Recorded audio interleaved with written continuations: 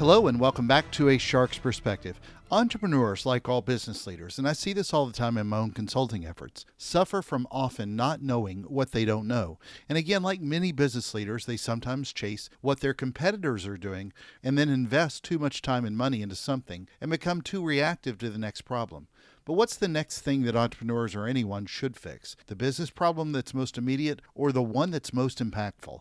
Mike Michalowicz is the entrepreneur behind 3 multi-million-dollar companies, an entrepreneurial advocate, a former small business columnist for the Wall Street Journal, and the author of several books, including his newest, Fix This Next. And on this episode, we'll discuss life as an entrepreneur, identifying what to fix now versus what to fix next, Maslow's hierarchy versus Mike's hierarchy of business needs, Harley-Davidson tattoos, disseminating knowledge, toilet paper hoarding, Wolfgang Puck, Bobby Flay, and a lot more. So let's tune in to an entrepreneurial advocate with an entrepreneurial shark on this episode of A Shark's Perspective. Mike, thank you so much for joining us today on A Shark's Perspective. If you would, please give us a brief background of your career to date. Yeah, Kenneth, thank you for having Of me. course. So I've been an entrepreneur my entire adult life. 10 years ago, I had what I feel is a calling. I lost all my money. It's a little more than 10 years ago. And it woke me up to, I don't really understand entrepreneurship as much as I thought I did. And I decided to start writing about what makes entrepreneurship work by researching and writing books. And so for the last 10 years now, I've been a full-time author writing small business books. But you've still got two businesses now, right? I think I saw on your actually website. Four. Yeah, It's just so four, I operate 5 or 6. 4 or 5, 6. Yeah, 4 companies. But I consider myself a shareholder of those businesses. Sure. I've helped start them. I'm a spokesperson for the organizations in 2 cases, but there's a president running those companies, and that's one of the privileges of being an author is I develop content that can turn into a business. And I've also been approached by businesses like there's this augmented reality company that approached me to be on the board to help direct their company. So that is definitely a privilege of being an author.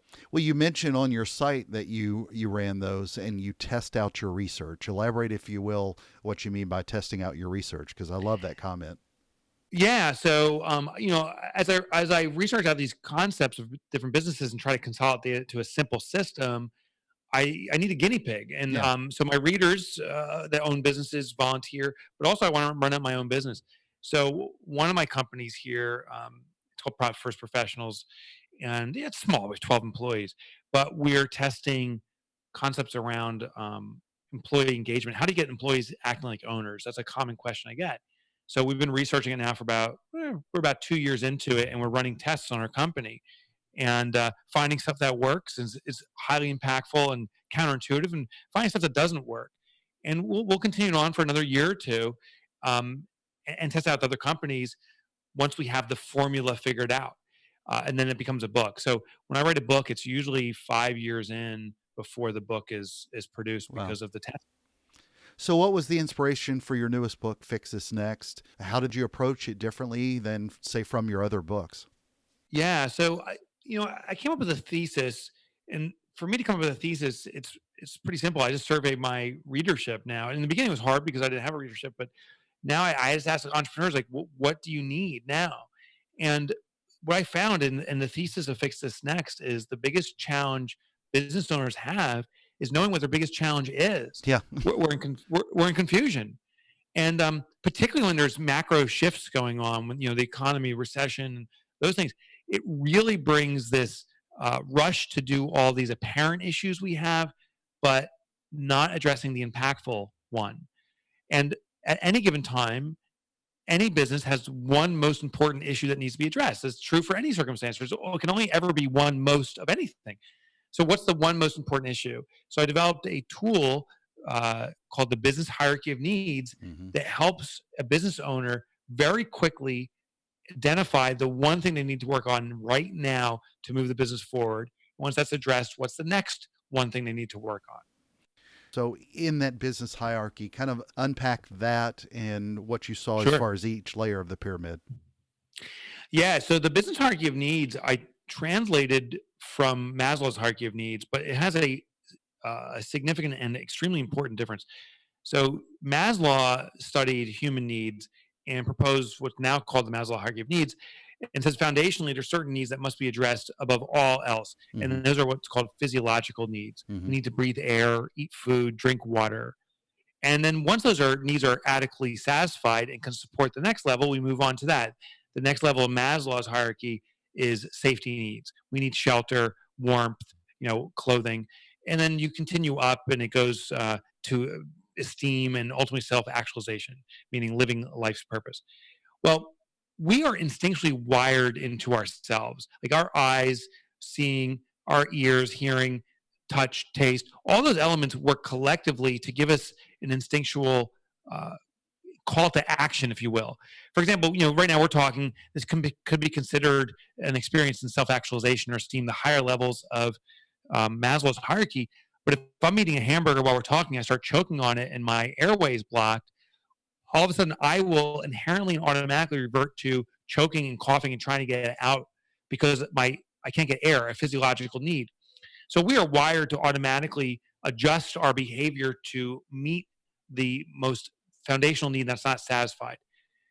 Now, when it comes to our business, there's 5 levels of needs a business has, but the significant difference is we are not wired in. We're not neurologically wired to our business, but many business owners, including myself, I thought, yeah, I can just trust my gut. I know why we need this. We need more sales. We need to get a rainmaker in here. We got to jack up prices or cut prices. I was making these gut calls responding to stimulus, but I'm not neurologically wired in my business. The only thing we really have is data. We need to validate through data. So first what we do is we have to understand the 5 levels of needs in the business hierarchy. Foundationally, every business does need sales, the creation of cash. Then we need profit, which is the creation of stability for an organization, the retention of cash. Then we need order, which is the creation of efficiency. Ultimately, we have then impact, the higher level. Impact is the creation of transformation. Instead of giving or having transactions where we're selling commodity, we are now doing something that impacts and change people's lives. The highest level then is legacy. Legacy is the creation of permanence, a business that's designed to live into perpetuity, absent the leadership team, that there's intentional churn in the organization in regards to who's in command and control. Well, at any given moment, my business will have a challenge. The question is, where is the challenge? And if we trust our instinct, it often fails us. In difficult times, and as we're recording this, we're going through a major transition right now Hmm. globally. As we're experiencing this, many business owners instinctually trust in their gut are saying, I need to sell more. I need more sales right away. But the question is, do we have a challenge creating cash, or do we have a challenge in creating stability? Sure. Is it really a stability issue? Do I need more stability in my organization? If we need more stability, it's likely a profit issue. We got to be focusing on margin. We got to be identifying the clients that actually yield profitable sales, as opposed to anyone is a good client. So just reverting to what our gut says is sometimes, or usually, not the answer. What I want the business hierarchy of needs to be is a compass, a way to check our gut and then make a decision. So in chapter 2, you talk a lot about finding it and fixing it. And I think you openly talk about something I find often as well with a lot of entrepreneurs and struggles I've gone through as well is just being able to focus. I think part of that's because of my attention deficit disorder problems, but you also talk about tunnel vision and that focus that I think so many people, with a lot of small businesses, you can kind of yell squirrel and they'll get diverted onto something and overly focus on it way too often. Elaborate on that a little bit with your own story and what you've seen in others. Yeah, so we definitely emulate others and go for the hot topic. I call it the stream of the apparent. Yeah. What I mean by this is we have a vision for our business. If you think about the very first day you started the business, or if you bought into it, day one, hours before opening the doors, there's excitement, there's trepidation, there's fear, but there's a vision. It's like, this is going to be my multi-million dollar business, or this is going to yield a lifestyle I've always dreamed of. The second we open the door, all that stuff's out the window. And now it's like just panic ensues. I got to sell something to somebody. I got to fix this. And we're jumping all over the place. One thing that's very apparent is we just look at what's our competition doing. Oh my gosh, they're marketing on TikTok, wherever the new hot social media is. I got to do that too. And we put this invest you know a resource that we can't ever get back, time. Hmm. We invest time into something that doesn't correlate to what our business needs now. Um, our agenda is more dictated by our email than it is our vision. Yes. So what we're looking to do is first understand that business owners, because we're human, have an action or a trigger event happen. An email comes in, a competitor, comes around, economy shift. Then we go into reaction. So there's trigger reaction or action reaction. We're constantly in the what do I need to do now, and it shifts. But what I'm trying to do with Fix This Next is put in the necessary contemplation between the trigger and the action or the reaction. I want to have contemplation. I want something to happen, and then simply, and it only takes a few seconds, is to consider where does this fall in my hierarchy of needs for my business, and where is my biggest need within my business now. If this doesn't fall with where my biggest need is, we're going to shelve it and save it. If it is my biggest need, then it's something that gets addressed. So it's really simply introducing a pregnant pause to evaluate what we need to do. And business owners that tackle the one most important issue and stay with that are the ones moving their businesses forward. Businesses that are going after all the apparent issues will notice after months and years of constantly going in circles that the business isn't moving forward, and that working harder and longer hours doesn't seem to be driving much. And I hope to awaken people to, this rush to the apparent issues is not what's going to change your business. It's focusing on the one impactful thing. Do you think any of that changes though? And I was thinking about this as I was getting prepped for this interview. I mean, I read this book prior to the world just exploding with anxiety and the COVID crisis. But do you think any of that will change? Will the pressure, the shift in focus, if you will, really be immense with where a lot of entrepreneurs go now that there's even that much more pressure during what could be a impactful recession? Yeah. Oh, yeah. Yeah. And I think an impactful recession is on its way as we're recording this. It depends on when people listen to us, and they'll see if we predicted this appropriately. But I think a major recession Oh, is some creative editing will make it sound like we predicted the entire thing. That would be funny. That'd be funny. We nailed this one. Yeah. But what happened is a trigger event. And before recessions, before the 2001 recession, we had the terrorist attacks. Before 2008, the housing decline. Those are trigger events. And what happens with a trigger event is people scatter. We duck. And that's not the time to react. That's simply the action. I see many business owners right now saying, oh my gosh, I need to cut costs. I need to change sales. And I'm like, well, why are you cutting costs? Why are you cutting sales? Because they're like, because what's coming? I'm like, well, are you sure it's coming? And if you're cutting costs now, are you cutting stuff that could be productive when other businesses are cutting costs? Should you be actually redirecting some of your costs to better marketing right now? So I think people overreact too quickly. You can see it with the toilet paper run. Like Yes. all of a sudden, someone buys toilet paper and then everyone starts buying toilet paper and now the toilet paper's gone. And it's like, so there's some people sitting with like a warehouse of toilet paper at their house. Like, what are you going to do with that? But at a certain point, a panic becomes a reality. So the people that didn't buy toilet paper, me being one of them, it's actually hard to source toilet paper. I know. So what we need to do as business owners is when you hear that gunshot, don't go running toward or away from the gunfire. Just sit there for a second and observe, pause, then say, how can this be an opportunity for me? What should I adjust in my business? So I'm telling people in the immediate impact right now is don't change anything about your business. Keep things status quo. You had a vision and plan, but be very close. Keep your ear to the ground and monitor. If you start losing clients, we were going to have to adjust. But by cutting costs, maybe that's not the solution. Here's one example.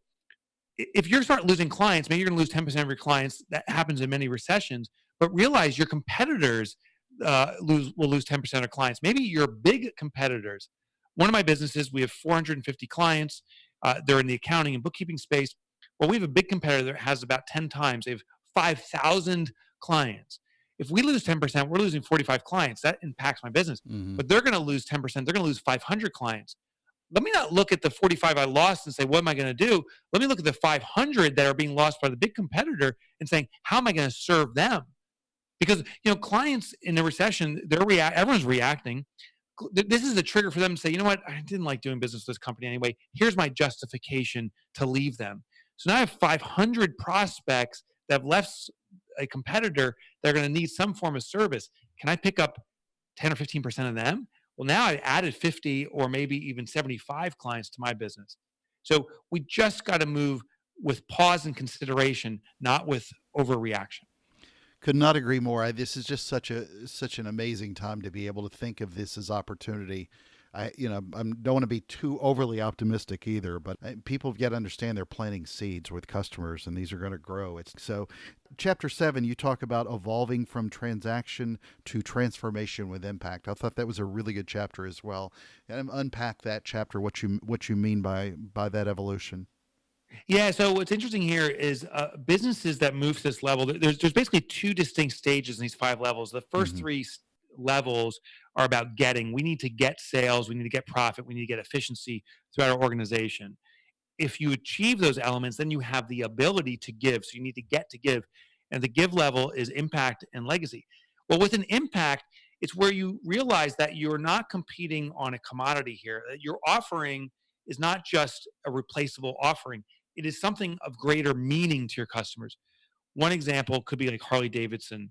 You can buy a motorcycle anywhere, but you buy a Harley Davidson, you're now part of the Harley Davidson family. You're part of a tribe, and you maybe even get a tattoo on your shoulder saying Weekend Warrior. You belong to something, and it's of greater meaning than the item itself. And we all have this ability. If you're a chimney cleaner, I worked with the Chimney Cleaners Association. You can be selling the transaction of a clean chimney, or you can be selling the impact of roaring safe fires, particularly when people are, socially distancing themselves and, Yeah. and staying sheltered at home. Like you can offer that transformation. And it's not just selling that benefit, because I realize it's a benefit. It's really having that ingratiated as part of your offering, that you're transforming lives and people feeling that experience. Now, when you customers say to you, "You've changed my life in some way, some small or big way, it doesn't matter, but you've changed my life," that's when you've moved on to be in service of an impact level. So in Fix This Next, and this is really in your latest book, but really in your latest evolution of yourself as an entrepreneur, have you found that focusing on sales, for example, because you address sales a lot in this book, and it's something that entrepreneurs struggle with. Mm. They learn it the hard way that you can't be one of Zig Ziglar, as he referenced, a shy salesperson, skinny kid. But do you Yeah. find that any one form of, whether it's sales or you reference marketing or anything else, that has been more impactful in your own entrepreneurial journey and what you see in others that they need to focus more on today? Yeah. So what's interesting about this business hierarchy of needs is that it is a cycle, or it's not a ladder. You don't just kind of climb up. And Right. so in the work I've done, I feel parts of it have been at a legacy level of creating something of permanence that's going to live beyond me. But that doesn't mean like I've climbed this ladder. Now I'm at the legacy level. I'm just going to sit up here. Just like every business, I got to cycle down to where my most imminent, important, impactful, vital need is. And um, right now, it's actually in sales. And what you and I are doing, admittedly, is part of sales, right? So building Oh, awareness is absolutely. part of the sales. So hopefully we're collectively benefiting. But thank you so much, Kent, because you have me on your show. You're exposing me to an audience that hasn't heard me before, I hope. And this is true for all organizations, regardless of your size. I studied the companies like GE. GE has to go back and focus on sales, but it doesn't mean you stay exclusively there.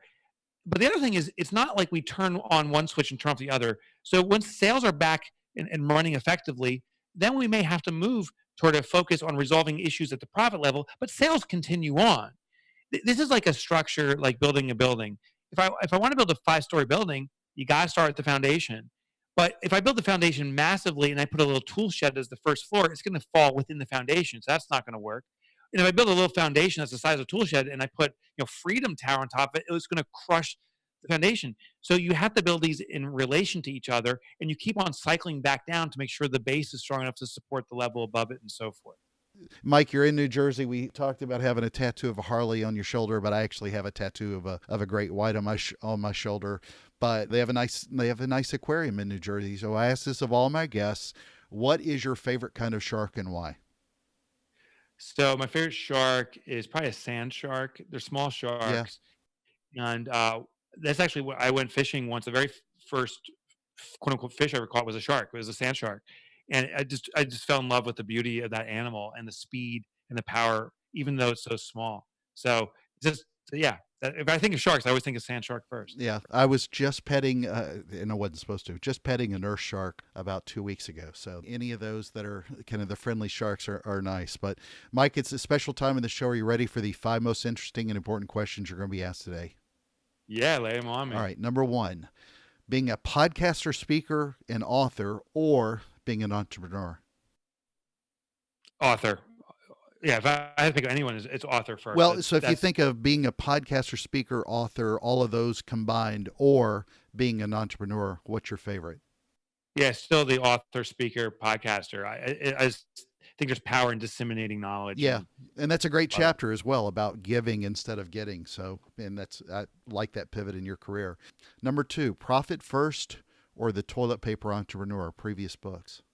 Profit first. Profit first is my most popular book, and over 300,000 companies have implemented the system. Wow. I just see the power of it, and I'm very honored to be a cog in that process. That I'm part of that No experience. kidding.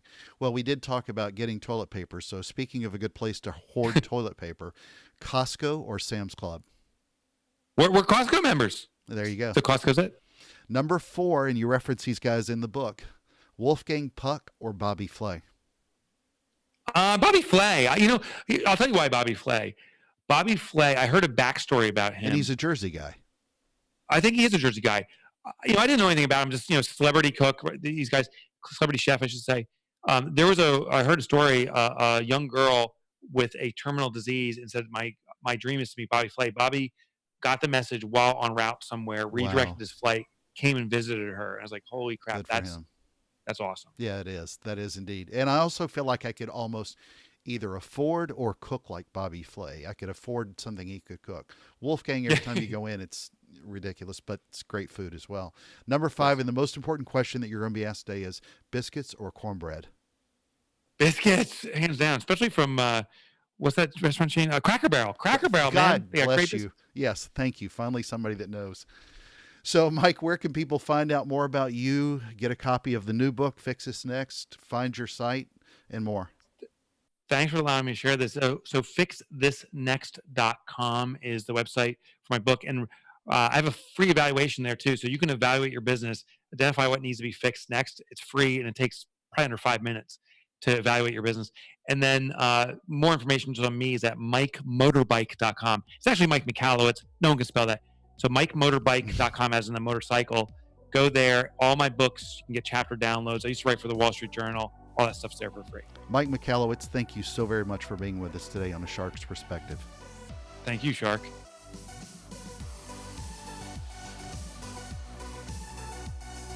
So there was my conversation with Mike Michalowicz, the entrepreneur behind 3 multimillion-dollar companies, an entrepreneurial advocate, a former small business columnist for the Wall Street Journal, and the author of several books, including his newest, Fix This Next. Let's take a look at 3 key takeaways from our conversation with him. First, so Mike, through the lens of an entrepreneur, asked his own entrepreneurial audience what they needed. What he discovered, and I'll quote, is, the biggest challenge business owners have is knowing what their biggest challenge is. And that's true not only of entrepreneurs, but also for a lot of leaders in big business as well.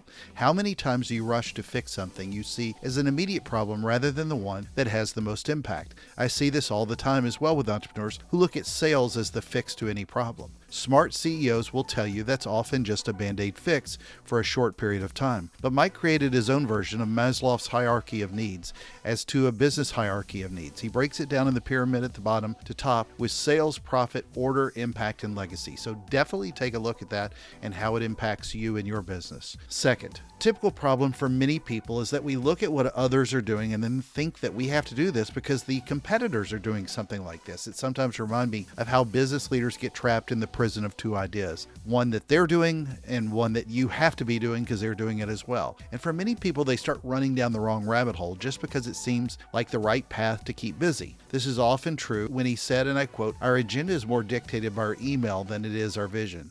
It's so true how people jump too quickly into reaction mode without keeping their eyes on the prize. So all he's asking is that between the trigger and the reaction, he wants to add another step of contemplation to stop and help you see, does this fit your biggest need? Business owners that go after apparent problems, as in every leak, are not necessarily moving forward if they're too busy sticking their fingers in every dike, instead of plugging the one first that's letting the most water in the boat. Stay focused on fixing the biggest problems that deliver the most impact. Third, are you cutting costs today? We see this all the time now. Fear so often drives too many business leaders to do the wrong thing. It's why people are cutting costs instead of making investments, and it's when panic becomes a reality. He reminds us to observe and then pause and then look to see how this can be an opportunity for you and how you should adjust. Look, it's a hard choice when times are tough and when you start losing customers, but it's a great reminder that your competition is also losing customers at the same time during all of this. Don't forget your vision and how you should make sure customers understand the value that they get from your product or service. How do you continue to overserve your customers better than anyone else should? That should be the question you're asking yourself today, and then move with pause and consideration, not overreaction. Got a question? Send me an email to kenneth@asharksperspective.com. Thank you again for the privilege of your time. Chase one rabbit, my friends, and join us on the next episode of A Shark's Perspective.